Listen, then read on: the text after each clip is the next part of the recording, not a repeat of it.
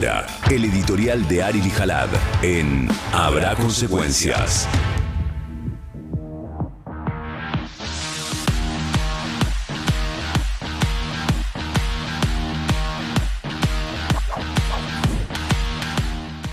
Peligro Sturzenegger suelto. Había una película que era Peligro Bebé Suelto, que era bastante graciosa. Esto no. Porque es la tercera vez que tenemos a Federico Sturzenegger suelto en la Argentina. Las dos anteriores dejó al país en bancarrota. Una fue con la Alianza, cuando fue parte del equipo económico que, entre otras cuestiones, llevó adelante el megacanje. Un megacanje que fue una verdadera estafa, con comisiones siderales a los bancos que vinieron a proponer una solución mágica, que no fue para nada mágica, sino que fue parte de la inflación que finalmente terminó en el 2001. Sturzenegger era parte de ese equipo económico de Domingo Cavallo, zafó en la causa judicial donde todo esto se investigaba.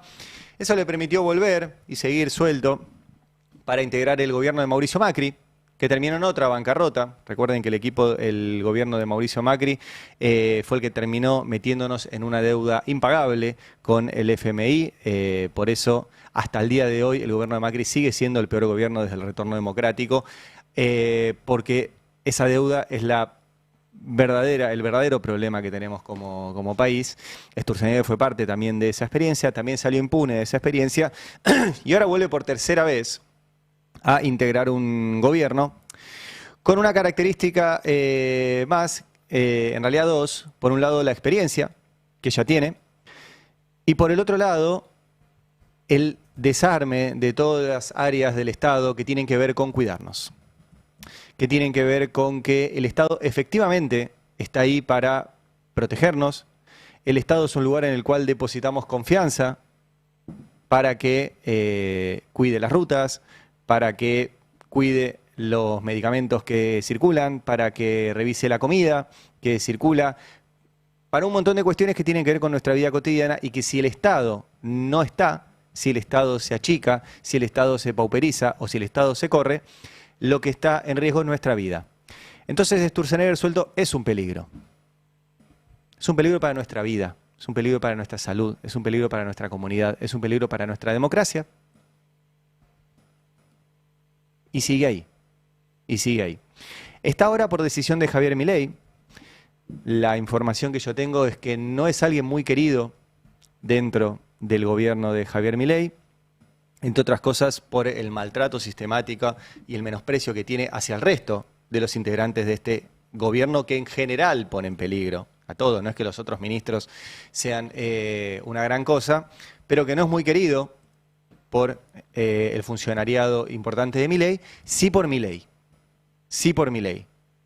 Por ende, la decisión de que Sturzenegger esté ahí y nos siga poniendo en peligro es de Javier Milei. Y también es de algunos empresarios que se benefician con la presencia de Sturzenegger. El trabajo de Sturzenegger es relativamente sencillo, porque como hemos ya demostrado muchas veces, lo que hace es compilar las cosas que le envían desde los estudios de abogados y de contabilidad de las grandes empresas. En la Junta le pone la firma y hace que el presidente lo lleve adelante. ¿Cómo funciona esto? Bueno, las grandes empresas saben exactamente qué regulaciones de su negocio tocan algunos pesitos de sus balances. Las regulaciones muchas veces tienen que ver con controles de calidad, con controles que tengan que ver con nuestra salud, temas de seguridad. Y si no lo controla el Estado, no lo controla nadie. Eso a las empresas les genera un costo. Mínimo en general, pero un costo. Entonces, ¿qué hacen? Le mandan a Sturzenegger: che, esta resolución chiquitita nos genera un costo, y Sturzenegger la modifica a pedido y te lo vende como: con esto generamos mayor libertad. Bueno, tenemos casi 100 muertos por una falla en el control de un medicamento muy sensible que se llama fentanilo. Hay una causa judicial en marcha, la lleva adelante el juez Ernesto Kreplak en la ciudad de La Plata, que es donde esto comenzó. Veremos a dónde deriva esa investigación judicial. Ahora les voy a contar algunos detalles, pero lo concreto, y también lo vamos a escuchar ahora a Sturzenegger, es que el Estado tiene una responsabilidad en cuidarnos, y en este caso evidentemente falló. Y Sturzenegger, entre tantas cosas que promocionó, a las cuales le pasó la motosierra, está la ANMAT, que es justamente el organismo estatal que tiene que controlar que estos medicamentos estuvieran bien.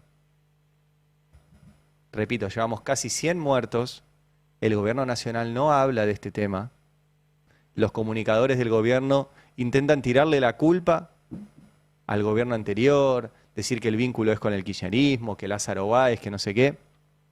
Y la verdad, en este momento en la Argentina hay por lo menos 96 muertes, y digo por lo menos, ahora te lo pido, todavía no.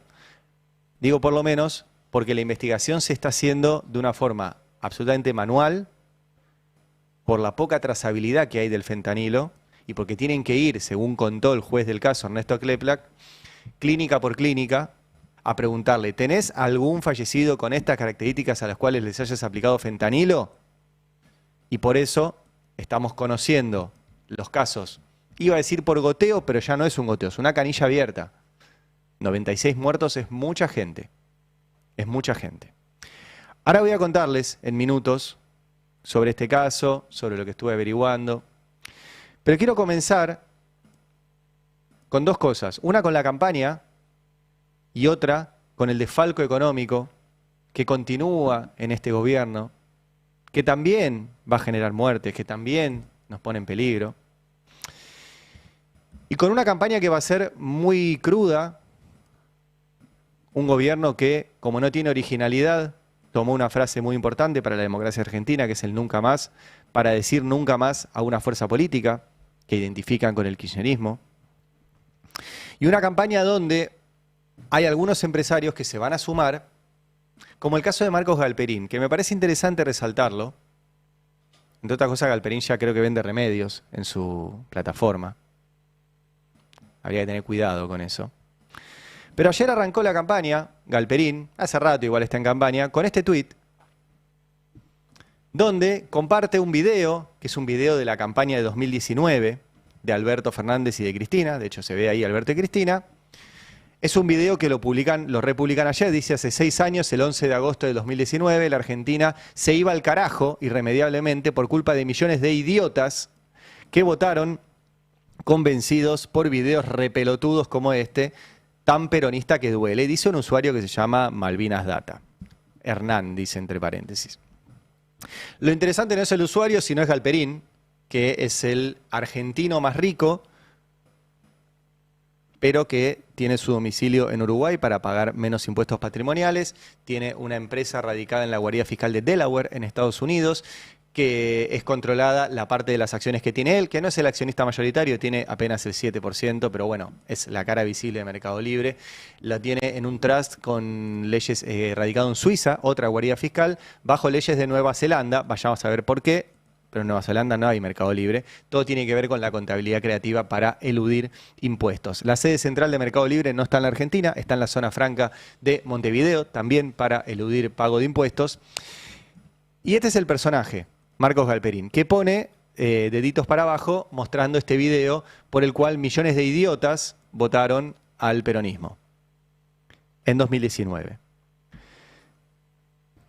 Es muy impresionante esto porque no solo hace toda esa contabilidad creativa para eludir impuestos, sino que ese gobierno votado por, según Galperín, millones de idiotas, fue el que le habilitó a Galperín el acceso a una política pública que tiene que ver con la promoción de un sector muy importante, que es el sector de la economía del conocimiento.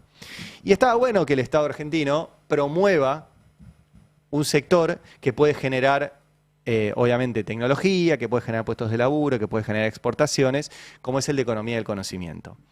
Ese gobierno votado por, según Galperín, millones de idiotas, no solo creó eso, sino que le permitió a Galperín ser beneficiario de esa política pública. Y esto no lo digo yo, lo dice Galperín.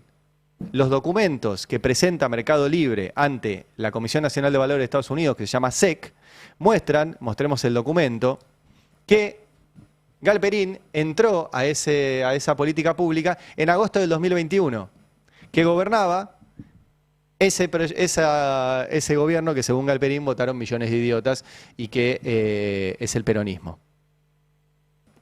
Y ahí están, se lo subrayé en amarillo, los millones y millones y millones de dólares que se ahorra Galperín todos los años gracias a que el gobierno peronista le permitió incorporarse a una política pública de promoción de la economía del conocimiento.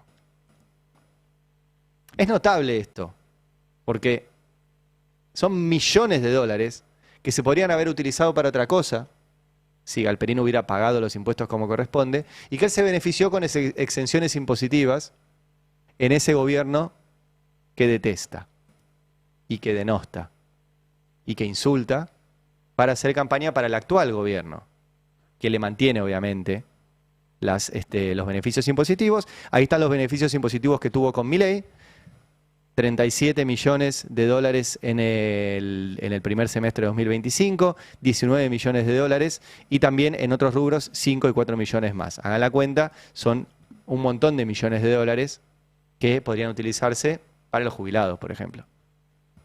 Para los jubilados. Pero no, Galperín sigue con este beneficio que, repito, consiguió durante el gobierno que él dice que fue un desastre. El otro, hablando de desastres, es el desastre que está haciendo el gobierno con la deuda. Lo contaba ayer Fer Alonso y voy a volver a recomendar y ahora voy a mostrar una nota de él, que el otro gran problema que está generando este gobierno es la deuda en pesos. ¿Por qué? Porque este gobierno entrega unas letras del Tesoro a una tasa sideral para que los bancos y sus amigos financistas no agarren sus pesos y los pasen a dólar. ¿Por qué hace eso? Porque si toda esa bola de pesos que el gobierno está generando de deuda se pasa a dólar, el dólar sube, la inflación sube y el gobierno quiere ganar las elecciones con un dólar quieto y una inflación quieta. Es entendible, yo creo que es inteligente de parte del gobierno, porque inflación y dólar son nuestros traumas históricos y el gobierno ha trabajado para tenerlos controlados a un costo enorme, que es una recesión, pobreza, baja del consumo, que la gente come menos porque compra menos alimentos y además deuda. Ese es el costo de que el gobierno gane una elección, si es que la gana. Pero por lo menos es el costo de mantener el dólar quieto y la inflación más o menos quieta. Es una inflación de cementerio y un dólar ficcional. Ayer tuvimos otra novedad en esta semana en la cual el gobierno tiene que renovar 22 billones de pesos de deuda. La última vez que lo renovó dio una tasa del 65%. Eso es más de 4% mensual. Esto es, duplica o triplica el número de inflación. Hay plan platita, pero hay para los bancos. Y ayer, como los bancos ya no le creen, porque ¿qué le dice el gobierno? Vos préstame plata, yo te voy a dar una tasa sideral. Cuando toda esta locura termine, te la voy a pagar. Y en algún momento ya no le creen, porque yo te doy 65% de tasa, 70, 80, 90. Si en algún momento ya no le creen, y van a decir, dame la plata. Bueno, ayer les abrió una ventanilla nueva. Vamos a mostrar el cable de Bloomberg, que cuenta que el Banco Central abrirá una ventanilla de liquidez para bancos con miras a una baja de tasas. ¿Qué significa esto? Le dicen a los bancos, vos dame todos tus pesos, yo te prometo que te voy a pagar todo esto más un interés. Pero si vos necesitas la plata antes, venís a esta ventanilla y yo te la doy antes. Es realmente escandaloso. Realmente escandaloso. Todo para frenar el dólar, para frenar la inflación, todo negocio para los bancos. O sea, le dan la plata y se la vuelve a dar. Es realmente insólito. También este gobierno está haciendo lo que toda la vida denostó, y ahora sí muestro la nota de Fer Alonso en el Destape, que está publicada hoy, porque además se está utilizando al Banco Central y al Fondo de Garantía de Sustentabilidad del ANSES, ese que denostan, que dicen que fue una mala idea, de que fue pésimo reestatizar las acciones de las empresas que estaban haciendo negocios con la plata de los jubilados, que Amado Vudú fue una calamidad para la historia argentina, etcétera, etcétera. Ahora, pero le salva las papas. Mostremos la nota, porque dice que el gobierno está utilizando al Banco Central y al Fondo de Garantía de Sustentabilidad para financiar el déficit del Tesoro. Ese fondo de garantía no existiría si no se hubieran reestatizado las AFJP. Cuenta Fer Alonso que el Banco Central y el Fondo de Garantía compraron la mitad de la deuda de pesos emitida por el Tesoro. No vayas tan rápido. Ahí está. El Banco Central actuó en el mercado secundario para eludir una prohibición del FMI. Ahora el gobierno prepara un canje para reestructurar esa deuda y seguir financiando el déficit fiscal con nueva deuda. Con nueva deuda. Ahora sí, bajemos un poquito para leer la nota de Fer Alonso. Porque ahí dice, el Banco Central y el FGS tienen en su poder prácticamente la mitad de la voluminosa deuda que emitió en pesos la administración de Javier Milei para cubrir el déficit financiero y mantener funcionando la bicicleta financiera o carry trade, y ahora el gobierno quiere reestructurar, según versiones de voceros paraoficiales, con la intención de reiniciar un nuevo proceso de endeudamiento. Los datos son de la consultora 1816, es una consultora muy reconocida en el mundo financiero, 1816. Y esto de los voceros paraoficiales es interesante porque el que dijo que se va a reestructurar esto se llama Salvador Di Stefano. Mostramos el tuit de Salvador Di Stefano cuando anuncia esta reestructuración de la deuda. Lo tuiteó ayer, lo cual es notable porque el gobierno está en este quilombo de ver cómo refinancia esta bola de deuda en pesos que está generando y que en algún momento va a haber que pagar o va a explotar todo.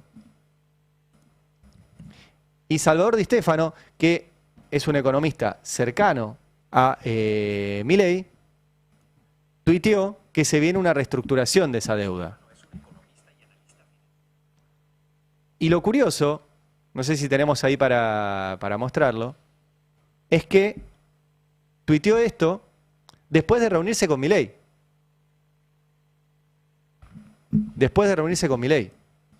Y de sacarse una foto, la típica selfie de Milei, con Salvador Di Stefano. Está en un problemón el gobierno, en ese sentido. Y si reestructura deuda en pesos, o defaulteo de deuda en pesos, vuelve a ser la gran Hernán Lacunza, que lo hizo con el gobierno de Macri. En general no se defaultea deuda en pesos, y menos deuda tomada por vos mismo. Pero ya se están atajando con esa situación. Bueno, vamos directo al caso fentanilo, después volveremos a esto, porque, repito, estamos en un momento muy grave, que es que ya tenemos 96 muertos confirmados por fentanilo adulterado. Varias cosas que pude averiguar ayer hablando con mucha gente vinculada a este tema. Primero, esto no pasó nunca.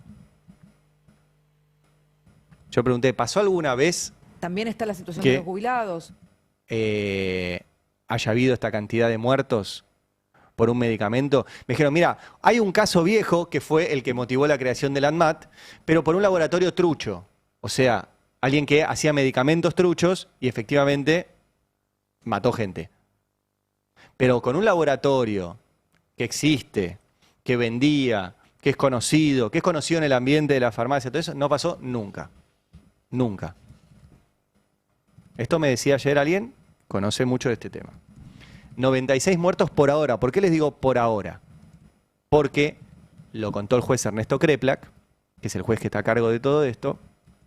Lo que están haciendo es, viendo todos los hospitales del país que accedieron a estas partidas de fentanilo contaminado del laboratorio HLB Pharma y del laboratorio Ramallo, que trabajan juntos, y están yendo uno por uno porque no está informatizado cuántos pacientes fueron tratados con ese fentanilo. Entonces tienen que ir a las historias clínicas de cada uno de los pacientes que pasaron por esos hospitales a ver si efectivamente se les aplicó alguna de las ampollas de ese fentanilo y ver además cómo está esa gente.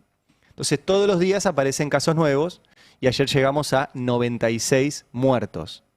96 muertos, es mucha gente. Es mucha gente. Obviamente algo falló en el laboratorio. ¿Por qué? Porque también, ya está en el expediente judicial, los laboratorios guardan lo que se llama una muestra de museo. Hacen una partida de, en este caso, fentanilo, y guardan una cantidad de ampollas que les queda como muestra de museo para poder saber, digamos, cómo estaba esa partida que salió. Bueno, las muestras museo, que son muestras que nunca salieron del laboratorio, tienen las mismas bacterias que las que sí salieron. Eso significa que se contaminó adentro del laboratorio, no en el proceso de aplicación de esto en los hospitales. No es un dato menor esa cuestión.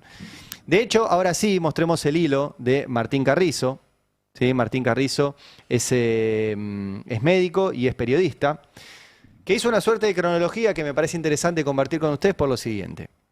Dice, fentanilo, 97, da el dato de él, fallecidos por el opiáceo contaminado. ¿Por qué la mayor responsabilidad civil y penal recaería sobre la ANMAT? Hechos y datos. Abro hilo. Vamos a recorrer el hilo porque es interesante para ver también la cronología de todo esto.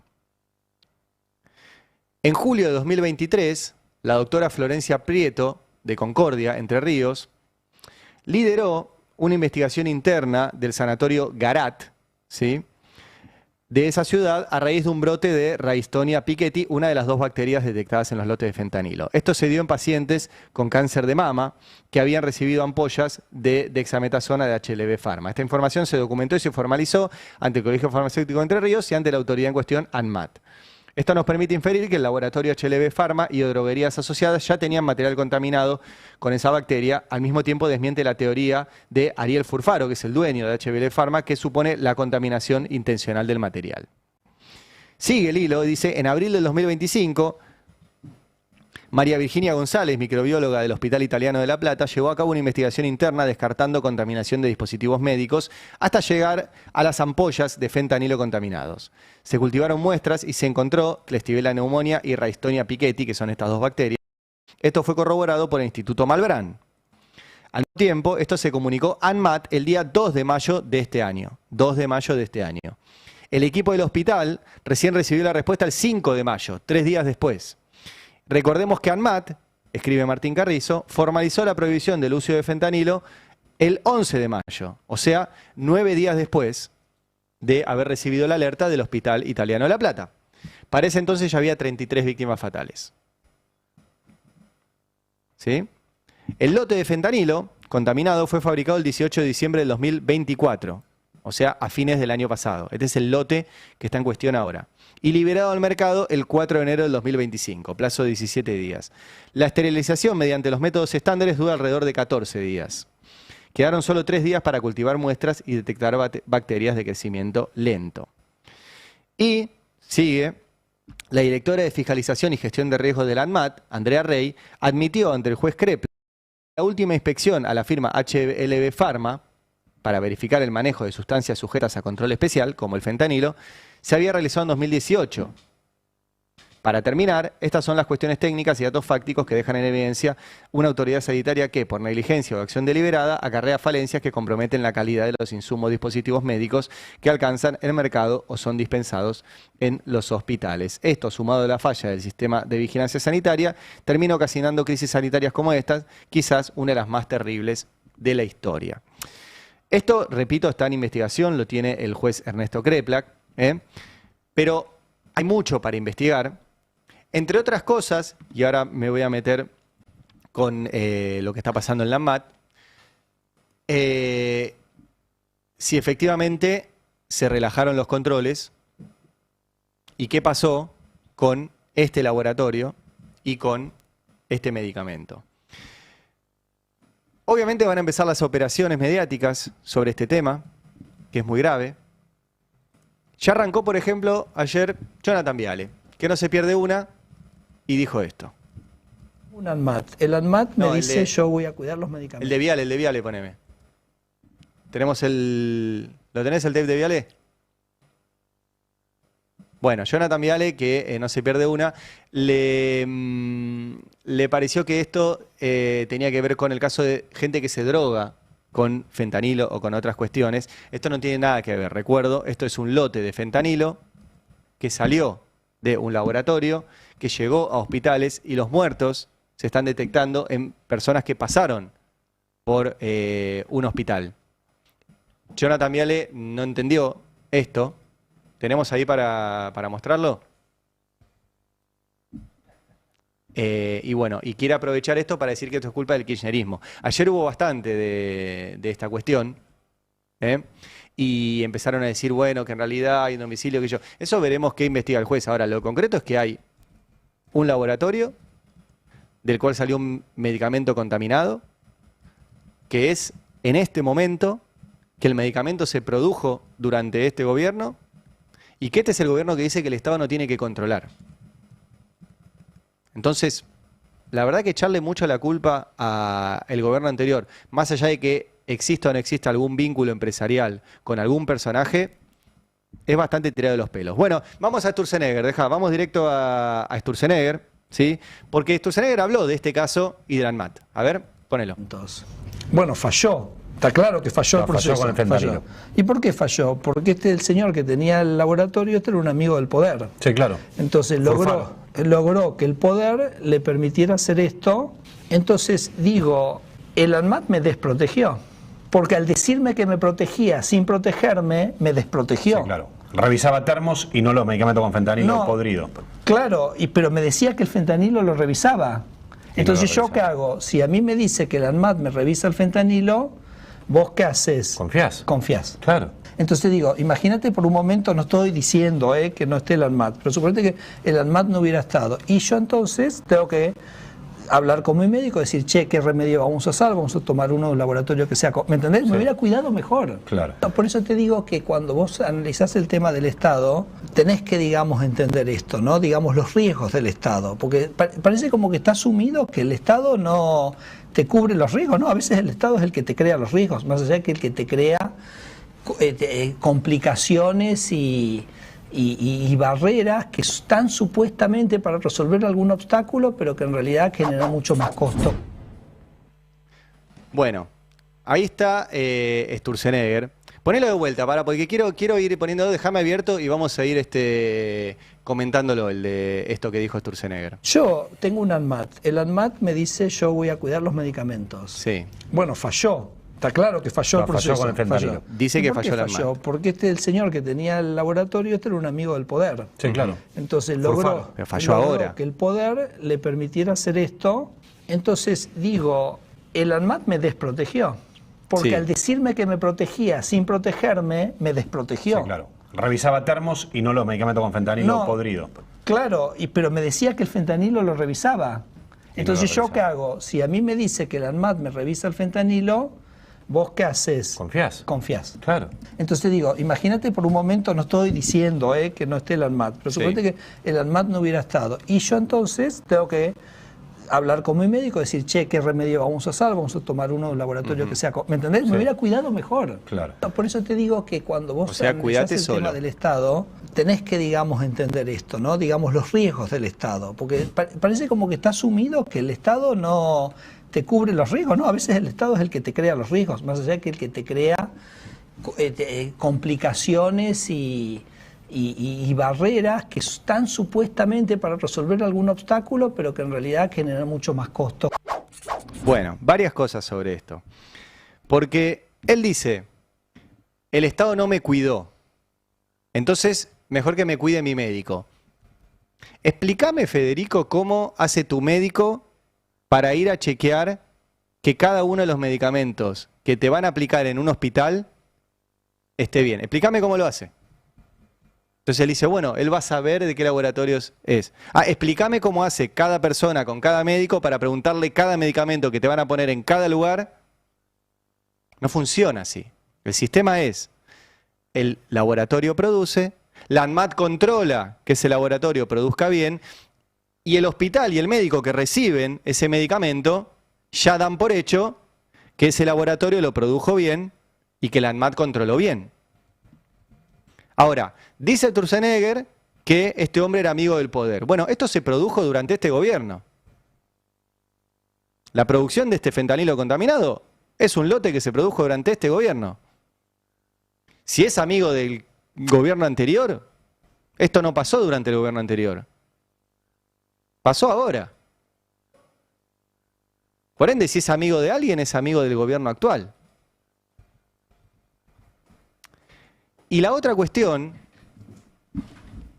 que averigüé ayer es que en la ANMAT está pasando algo parecido a lo que pasa en todo el Estado, que es el desguace, los malos sueldos, gente que se va o que están trabajando a un menor ritmo. Entre otras cosas, me contaban ayer que la ANMAT dejó de hacer todas las inspecciones de forma ocular, o sea, yendo al laboratorio, y está yendo a hacer las inspecciones, pero por Zoom. O sea, no va, perdón, me corrijo. No va. hacen inspecciones a laboratorios virtuales. Explícame cómo puede alguien desde el ANMAT controlar algo de forma virtual en un laboratorio. Y las contaminaciones se pueden dar por la mala práctica que tenga un laboratorio en la producción, y se puede no detectar si el laboratorio tiene una mala práctica en los chequeos que se hacen posteriores. Si no están haciendo las inspecciones como corresponde, es imposible que lo detecte el ANMAT. Y eso es parte de todo lo que ha hecho Sturzenegger en ese organismo, del cual ha hablado mucho. Les voy a mostrar varios tweets de Sturzenegger, donde habla del ANMAT. Acá dice, por ejemplo, que eliminaron 60 trámites del ANMAT que tenían que ver con cosméticos y otras cosas. Sigamos mostrando, porque tiene un montón, vieron que Sturzenegger tuitea mucho.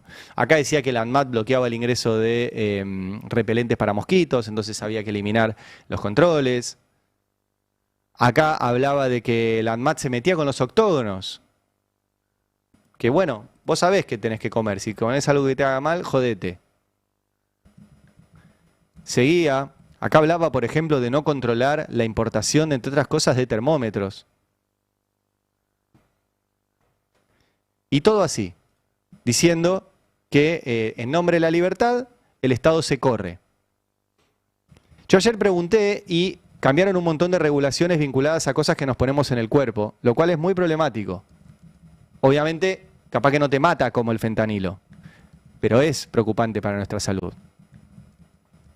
Y me confirmaron esto, de que la ANMAT no está laburando como tenía que laburar por falta de presupuesto, por falta de inspectores, por falta de controles. No tienen ni viáticos para ir a los laboratorios. Entonces hacen la inspección por Zoom.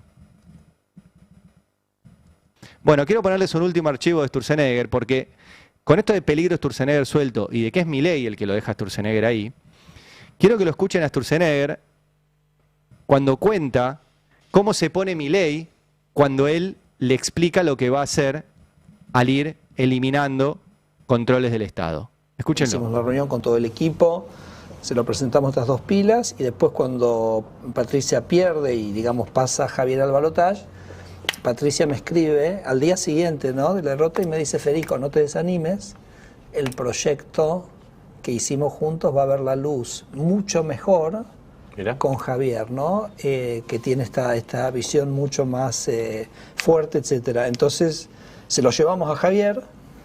Tuvimos una reunión de 6 horas donde le íbamos contando. ¿Vos le llevaste todo esto? Sí, puse en la, ¿viste? Me fui con una valija. ¿Fuiste con una valija? Con un carrión, puse sobre la mesita de Lula 2 pilas y le dije: mira, te voy a contar qué es lo que hay acá. Increíble. La reunión duró 6 horas y tanto se entusiasmaba que por momentos gemía, parecía como que estaba teniendo sexo, ¿me entendés? Que estaba teniendo ¿Javier? un orgasmo. Sí, sí, sí. ¿Con esta leche? Sí, sí, a medida que le iba contando, che, esto.